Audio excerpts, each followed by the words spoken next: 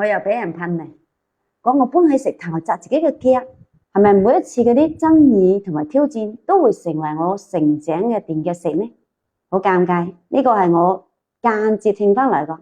從日同一位同行朋友喺樓盤等客戶嘅時候，無意間傾到我，大概嘅意思咧就係認為我而家所做嘅破壞咗呢個行業嘅規則，比如講各大樓盤嘅優缺點，有啲乜嘢嘅避坑嘅知識，加大咗佢哋成交嘅難度。總個來講咧，就係認為我喺度搬起石頭砸自己嘅腳。講句真心話，我自己亦思考過，要唔要同大家講得咁透，講得咁細緻。從開始嘅嗰種忐忑到而家嘅堅定，好慶幸我自己揀啱嘅。我並非講想踩住同行嘅意思，我亦冇有講去詆毀邊個公司，亦冇會講為咗流量去損害其他人嘅利益。我自己嘅事都未搞得明白，更冇資格去理其他人嘅事。我分享嗰啲避坑嘅知識也好，樓盤測評也好，都係我想講，我哋並非係靠信息差去維生嘅，更多嘅希望能夠為大家提供一啲專業嘅服務，幫助大家更好咁去實現買房嘅夢想。而我所講嘅係企喺客觀嘅角度去闡述，其實做呢一切嘅主要目的，除咗賺錢之外，其實仲有一個原因。我09年入行以來，我明顯感覺到我哋房產銷售嘅社會地位係有待提升嘅。好多人一聽到講中介就會好排斥，你講係因為收入低而導致嘅嘛？好似又唔係。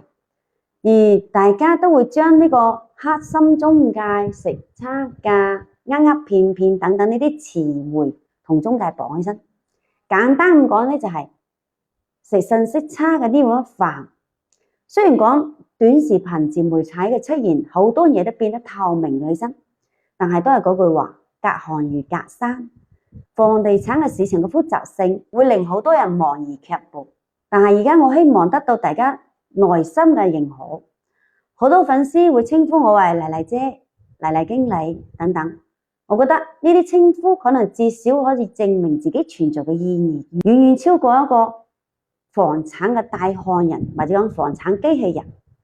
我成為咗佢哋喺買房路上嘅一隻引路人，可以俾佢哋一啲實質性嘅幫助。我又咪知道你哋明白呢種感覺，嗰種俾人尊重嘅感覺係金錢冇辦法衡量嘅。當佢哋講到麗麗嘅時候，咪係帶有排斥同埋誤解，而係充滿信心同埋期待嘅。新時代嘅經紀人注定係要行嗰啲專業化嘅道路，不但只要熟悉房源，仲要掌握相關嘅法律知識，提升我哋自己嘅職業素養。呢個係一個充滿挑戰同埋機遇嘅時代。選擇原地踏步，只會被呢個時代拋棄；而選擇向前，即使可能有會好多嘅阻滯，但你一定會行上你自己想行嘅嗰條路。至於我想用一句話嚟激勵我自己，就係世界上所有嘅驚喜同埋好運都係你積累嘅溫柔同埋善良。我哋終其一生唔係為咗滿足所有人，而係去揾同頻共振嘅嗰一小部分人。如果屏幕前嘅你亦處於呢個時代變革嘅洪流當中，我亦祝你亦可以揾準前進嘅方向，然之後繼續努力。我哋一齊加油！我係麗麗，一個15年嘅房產人。我哋下期再見。